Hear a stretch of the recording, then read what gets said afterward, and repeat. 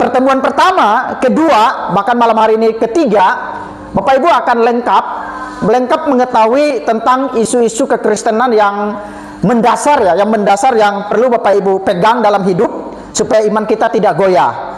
Nah, malam hari ini mungkin ini adalah pertemuan yang ketiga yang akan saya bahas, tapi nanti akan saya kirim ke grup ya, slide ini. Nanti materi Bapak Ibu boleh pelajari lagi ketika nanti selesai khotbah ini, saya akan kirim materi ini ke grup khususnya Jemaat Geseri yang ada di tempat ini. Nah, Bapak Ibu, kita akan membaca firman Tuhan yang terdapat di dalam Injil Matius ya, Injil Matius pasal 20 Bapak Ibu. Kita baca bersama-sama. Saya rindu baca firman Tuhan turun ya, biar dekat dengan Bapak Ibu, dan saya harap juga firman Tuhan ini dekat dengan Bapak Ibu ya. Kita baca di dalam Matius pasal 20. Pasal 20 ayat 20 sampai ayat 28 Bapak Ibu. Tapi saya berikan tadi di situ dari ayat 25, tapi kita baca dari ayat 20. Kita bertanggapan supaya kita bisa aktif. Ayat 20 berkata demikian. Maka datanglah ibu anak-anak Zebedeus serta anak-anaknya itu kepada Yesus, lalu sujud di hadapannya untuk meminta sesuatu kepadanya. Silakan. Kata Yesus, "Apa yang kau tadi?" Jawabnya, "Lebihlah perintah supaya kedua anakku ini boleh duduk kelak di dalam kerajaanmu, yang seorang di sebelah kananmu dan yang seorang lagi di sebelah kirimu." Tetapi Yesus menjawab, katanya, "Kamu tidak tahu apa yang kamu minta. Dapatkah kamu minum cawan yang harus kuminum?" Kata mereka kepadanya, "Kami dapat." Silakan. Yesus berkata kepada mereka, "Cawanku memang akan kamu minum, tetapi kamu duduk di sebelah kananku atau di sebelah kiriku, aku tidak berhak memberikannya. Itu akan diberikan kepada orang-orang yang Tuhan menyediakannya." Mendengar itu, marahlah ke-10 murid yang lain kepada kedua saudara itu. Silakan. Tetapi Yesus memanggil mereka lalu berkata, "Kamu tahu bahwa pemerintah-pemerintah bersama-sama memerintah rakyatnya dengan tangan besi dan pembesar-pembesar menjalankan kuasanya dengan cara-cara." Tidaklah demikian di antara kamu. Barang siapa ingin menjadi besar di antara kamu, hendaklah ia menjadi pelayanmu. Dan barang siapa ingin menjadi terkemuka di antara kamu, hendaklah ia menjadi hambamu. Ayat 28 kita bersama-sama, 1, 2. Sama seperti anak manusia datang bukan untuk melayani, melainkan untuk melayani dan untuk memberikan nyawanya menjadi tebusan bagi banyak orang. Bapak Ibu saudara-saudara yang terkasih dalam Tuhan ya, kalau kita melihat di pembacaan firman Tuhan ini, ada seorang ibu ya, seorang ibu di situ sudah dikatakan ibu dari Zebedeus, kemudian serta anaknya ya, dia datang kepada Yesus.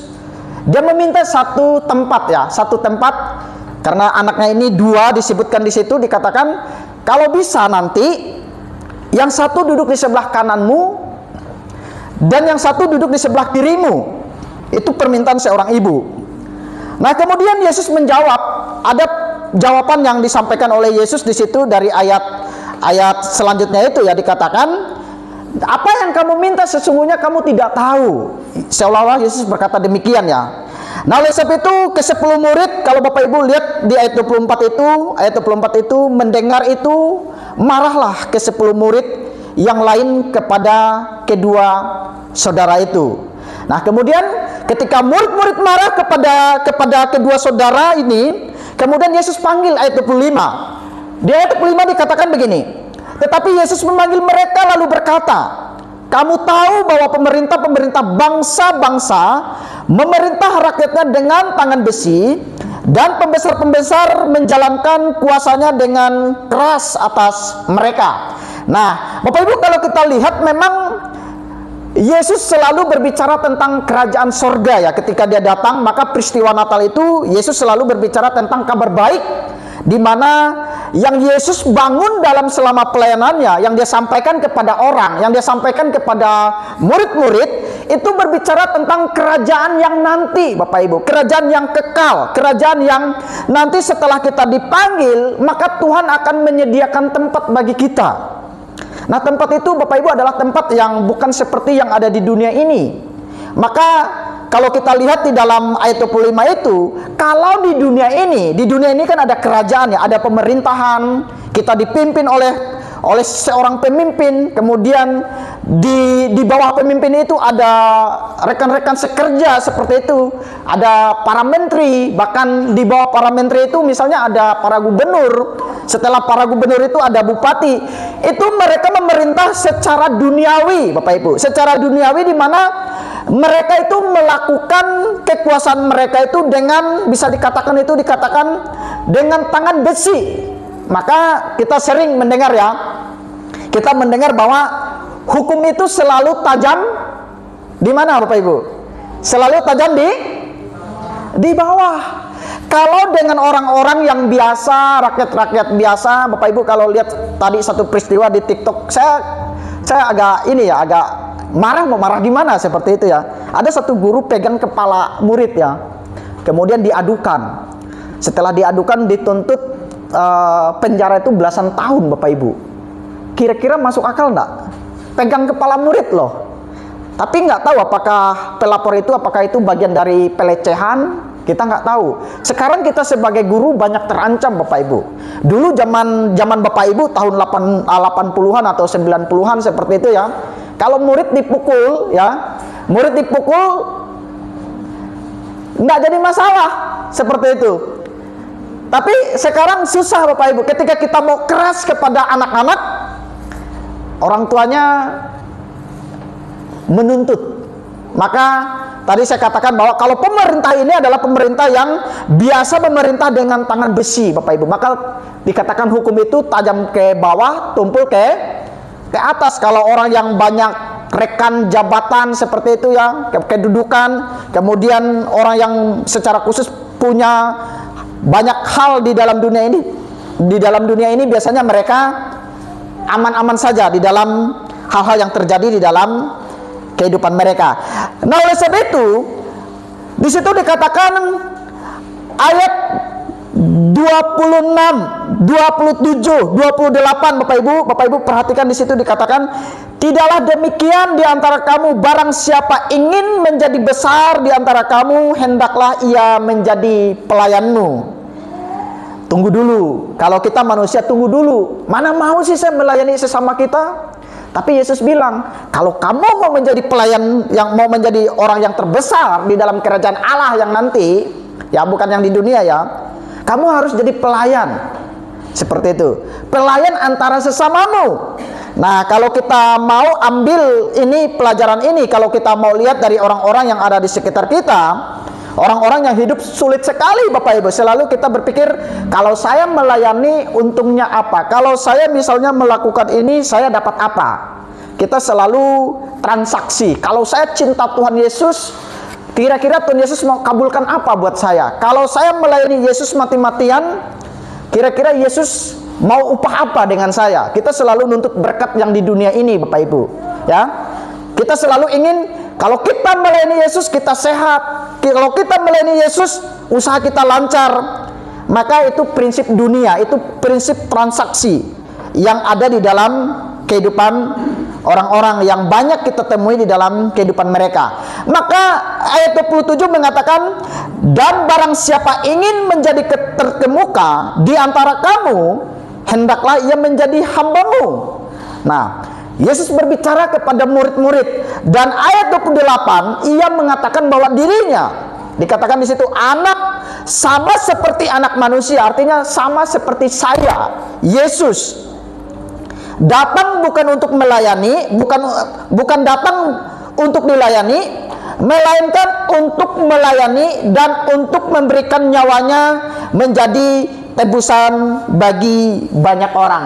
Sekali lagi Bapak Ibu, ayat 28, coba lanjut kita lihat di sini.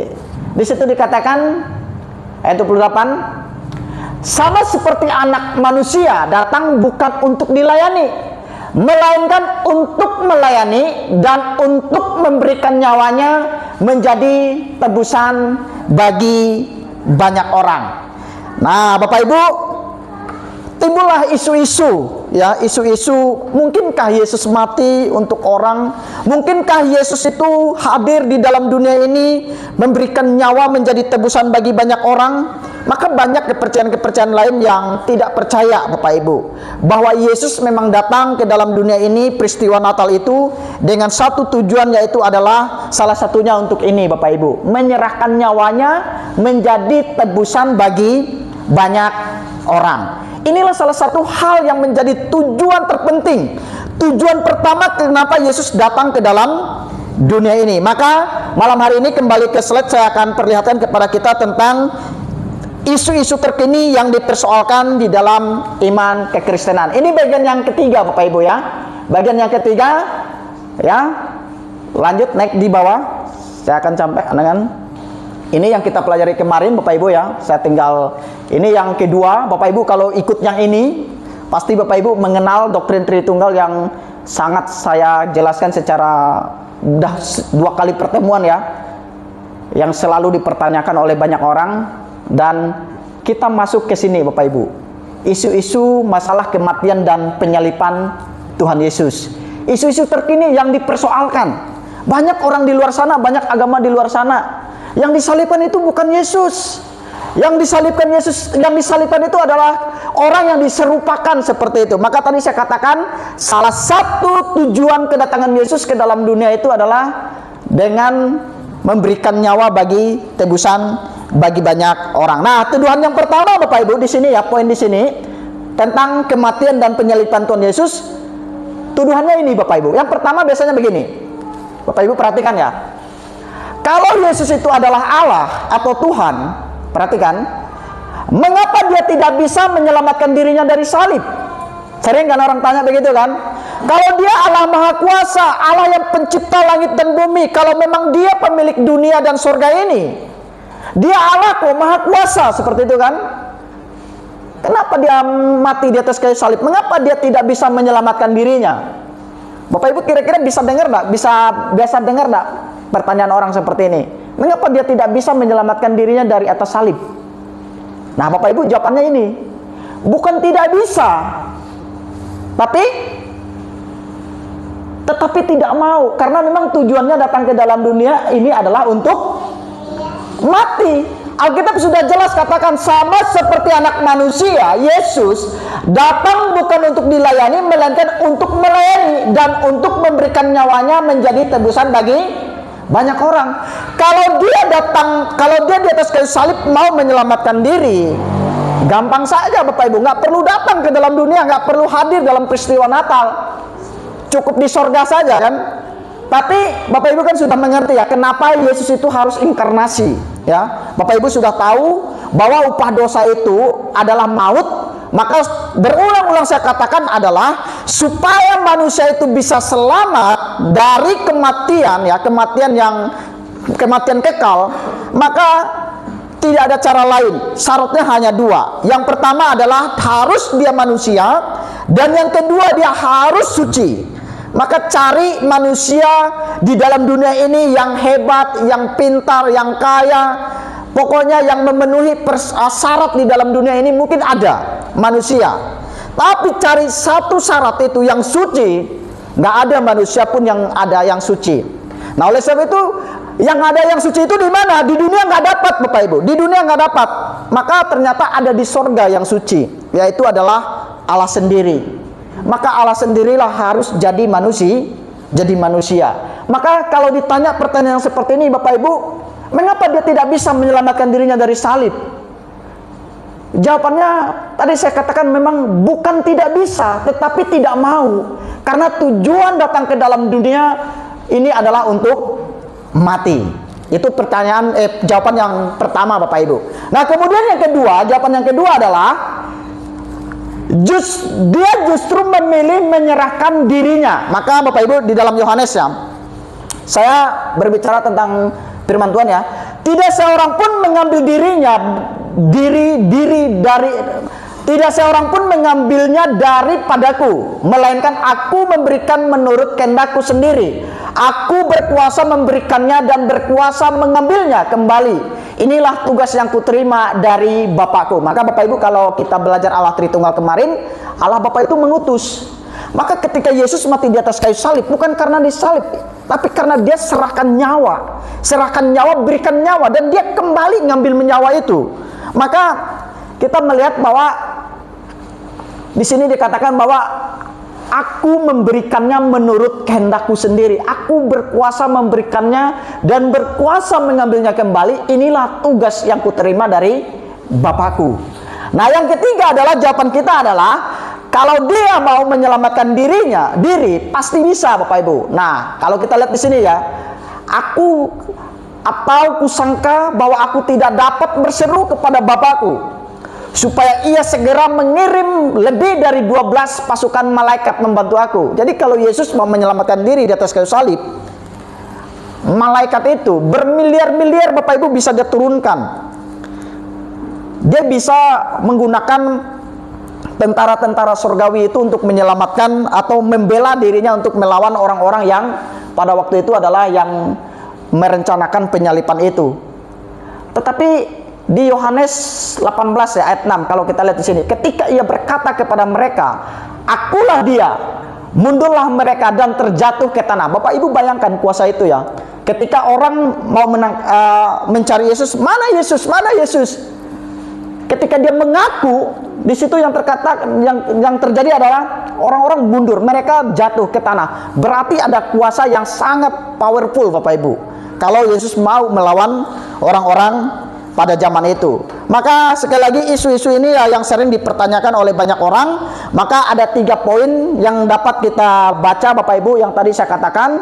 Yang pertama ini, yang kedua ini, dan yang ketiga ini.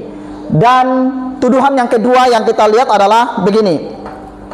Tuduhan yang kedua, Bapak Ibu perhatikan, mengapa harus melalui penyalipan? Bukankah Allah sanggup menyelamatkan manusia berdosa tanpa penyalipan Yesus? Nah, ini kan yang menjadi pertanyaan, kenapa harus mati disalib ya? Nggak ada cara lain. Tadi saya katakan, Bapak Ibu, bukan persoalan sanggup atau tidak, tetapi persoalan Allah yang harus menghukum orang berdosa. Maka di dalam Nahum ya, di situ dikatakan ayat pasal 1 ayat 3, Tuhan itu panjang sabar dan besar kuasanya, tetapi ia tidak sekali-kali membebaskan dari hukuman orang yang bersalah. Sekecil apapun dosa Bapak Ibu, perhatikan Bapak Ibu ya, tidak sekali-sekali membebaskan dari hukuman orang-orang yang bersalah. Artinya apa? Dia itu ada kasih, di situ dikatakan Tuhan itu panjang sabar dan besar kuasanya, tetapi tidak sekali-kali membebaskan dari hukuman orang yang bersalah. Ia berjalan dalam puting beliung dan badai dan awan adalah debu kakinya. Maka di situ dikatakan sekecil ini pun, tadi saya katakan sekecil apapun dosa kita itu tidak layak masuk ke dalam kerajaan surga. Maka yang kedua adalah, maka hukuman tetap harus dijatuhkan kepada orang berdosa ya, penggantinya. Maka tadi Bapak Ibu saya katakan bahwa cari manusia itu nggak ada yang suci, tapi yang suci itu adanya di surga. Maka Yesus sendirilah yang harus datang ke dalam dunia dalam inkarnasi peristiwa Natal, sehingga dia datang untuk menyelamatkan orang-orang yang berdosa. Dan yang ketiga adalah, salib adalah tempat di mana keadilan dan kasih Allah bertemu. Artinya begini Bapak Ibu, kalau seandainya ya orang di luar sana ada keselamatan di luar Yesus, seandainya Bapak Ibu ya, kalau ada keselamatan di luar Yesus, maka Yesus adalah orang yang paling bodoh menurut saya, rela mati di atas kayu salib. Kalau ada keselamatan di luar dia, maka saya katakan bahwa ada kasih Allah berkorban, mati di atas kayu salib, tetapi keadilan itu, barang siapa yang tidak percaya, maka ada upah maut yang akan diterima. Nah, itulah satu keadilan. Maka manusia itu semuanya mati Bapak Ibu, tinggal tunggu giliran. Bapak Ibu kalau lihat peristiwa yang terjadi di Aceh, di Sumatera sekarang, Bapak Ibu, saya dulu pernah selalu berkata ya kepada kita, apapun yang kita pegang di dalam dunia ini semuanya terlepas. ya. Waktu mama saya masuk rumah sakit ruang ICU, kami anak-anaknya itu berdoa kepada Tuhan, pokoknya kalau bisa Natal ini harus bisa bergabung bersama-sama. Minta memohon Bapak Ibu. Tapi kehendak Tuhan lain, berbicara tentang hidup kita. Nah, maka kalau kita lihat musibah-musibah yang terjadi Bapak Ibu, itu juga bagian dari dunia ini yang sudah jatuh ke dalam dosa. Dan upah dosa itu memang mati, memang maut Bapak Ibu. Udah mati ke dalam dunia, kemudian setelah mati kita mau kemana? Maka sebagai orang Kristen, kita ada Sang Penebus ini yang rela mati di atas kayu salib, yang menebus dosa kita, dan inilah yang menjadi pegangan kita. Maka segala sesuatu yang kita pegang dalam dunia ini itu akan terlepas. Tetapi sesuatu yang kita pegang bersama dengan Tuhan, ya, melayani kah, berkorban kah Bapak Ibu selagi bisa, atau mungkin kita nggak bisa melalui tenaga kita, mungkin kita bisa melalui materi. Semuanya itu akan diperhitungkan oleh Tuhan Bapak Ibu. Akan diperhitungkan oleh Tuhan ketika kita nanti masuk ke dalam kerajaan surga. Kerajaan surga itu adalah sebuah tempat. Maka kita sebagai orang percaya selalu tidak hitung-hitungan untuk melakukan apa yang baik menurut kehendak Tuhan dalam pekerjaan melayani Tuhan. Nah, ini yang kedua yang sering orang tanyakan kepada kita dan orang tuduh, khususnya orang-orang yang beda dengan kepercayaannya dengan kita. Nah, yang ketiga Bapak Ibu, ini tuduhan yang ketiga sebenarnya. Dikatakan begini, bukan Yesus yang disalibkan, melainkan orang lain yang diserupakan dengan dia. Bahkan ada yang mengatakan yang disalibkan itu adalah Yudas, bukan Yesus. Itu banyak orang di luar sana Bapak Ibu. Nah, sekarang pertanyaan begini, jawabannya ada dua Bapak Ibu. Pertama, mau percaya para saksi di dalam Alkitab ini, ada Lukas, ada Matius, bahkan Alkitab menceritakan bahwa memang Yesus itu mati di atas kayu salib.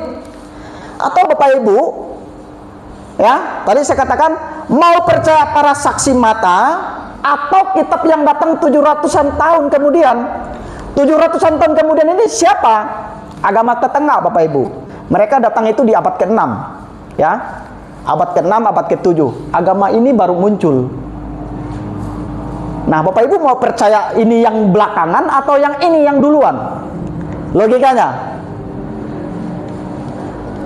Nah, tentu kita akan percaya yang ini Bapak Ibu, kepada saksi mata ini. Saksi mata yaitu murid-murid, orang-orang percaya. Maka mereka lebih duluan. Nggak mungkin yang belakangan datang tiba-tiba mengatakan, oh ini palsu, ini nggak asli. Dan kita juga bukan orang tolol Bapak Ibu. Kita jadi orang Kristen bukan jadi orang Kristen yang bodoh. Kemudian yang kedua adalah teori ini bertentangan dengan catatan-catatan sejarah yang ada terkait penyaliban dan kematian Yesus. Jadi ini adalah tokoh-tokoh Yahudi zaman-zaman orang Israel Bapak Ibu lah. Ini adalah orang-orang Yahudi, tokoh-tokoh Israel yang mencatat sejarah bahwa penyaliban Kristus itu benar adanya Bapak Ibu. Jadi nggak mungkin misalnya orang-orang di luar sana yang mengatakan penyaliban itu adalah sesuatu yang diserupakan. Sekali lagi Bapak Ibu, saya katakan kepada kita lebih percaya yang mana, tapi saya lebih percaya kepada ini, saksi-saksi ini. Dan di dalam Alkitab itu jelas ditulis, bahkan dinubuatkan oleh para nabi, kemudian digenapkan di dalam perjanjian baru. Bahkan di dalam perjanjian baru itu rasul-rasul mencatat semuanya bahwa peristiwa itu memang benar adanya terjadi, dan memang Allah pernah datang ke dalam dunia ini berinkarnasi, sama mengambil daging manusia, dan pernah datang untuk memberikan nyawanya untuk tebusan banyak orang. Nah, sekali lagi Bapak Ibu, di dalam bagian Alkitab ini saya katakan ini adalah satu hal yang harus kita mengerti di dalam kehidupan kita. Nah, ini yang terakhir sebenarnya masalah Alkitab, nanti Bapak Ibu saya akan kirimkan ke grup. Ini tidak saya bahas, tetapi Alkitab itu juga sering kali orang pertanyakan. Nah, Bapak Ibu bisa pelajari nanti ketika saya kirimkan slide ini di rumah. Sampai di sini saya berbicara tentang isu-isu kekristenan, berbicara tentang kematian dan penyaliban Tuhan Yesus. Kiranya firman Tuhan ini boleh memberkati kita. Mari kita bersatu di dalam doa. Mari kita berdoa. Bapa di surga, terima kasih malam hari ini hamba-Mu sudah berbicara tentang isu-isu kekristenan, secara khusus iman kekristenan yang dipertanyakan oleh banyak orang. Dan hamba-Mu berbicara di tempat jemaat Tuhan di tempat ini dengan satu tujuan, supaya jemaat di tempat ini mengerti, memahami, dan memegang satu hal yang mereka harus tahu di dalam kepercayaan iman. Kami percaya Tuhan, ketika iman kami benar, ketika hidup kami mengerti tentang iman kami, maka kami akan menjadi orang-orang yang senantiasa boleh hidup benar di hadapan Tuhan dan memberikan hidup kami sebagai alat di tangan Tuhan. Terima kasih Tuhan untuk kebenaran firman-Mu. Dan sebentar kami akan masuk di dalam perjamuan kudus. Kiranya Tuhan boleh memberkati setiap kami yang akan ambil bagian dalam perjamuan kudus ini, secara khusus bagi setiap anak Tuhan yang sudah mengakui baik di hadapan Tuhan maupun di hadapan manusia bahwa kami adalah orang-orang yang hidup bersama Kristus dan mati bersama-sama dengan Kristus, dan bela seluruh janji iman kami pertaruhkan sampai Tuhan senantiasa boleh panggil setiap kehidupan kami. Terpujilah nama Tuhan. Dalam nama Tuhan Yesus kami berdoa. Amin. Jemaat yang terkasih, saya undang bangkit berdiri yang sudah dibaptis. Kita akan masuk dalam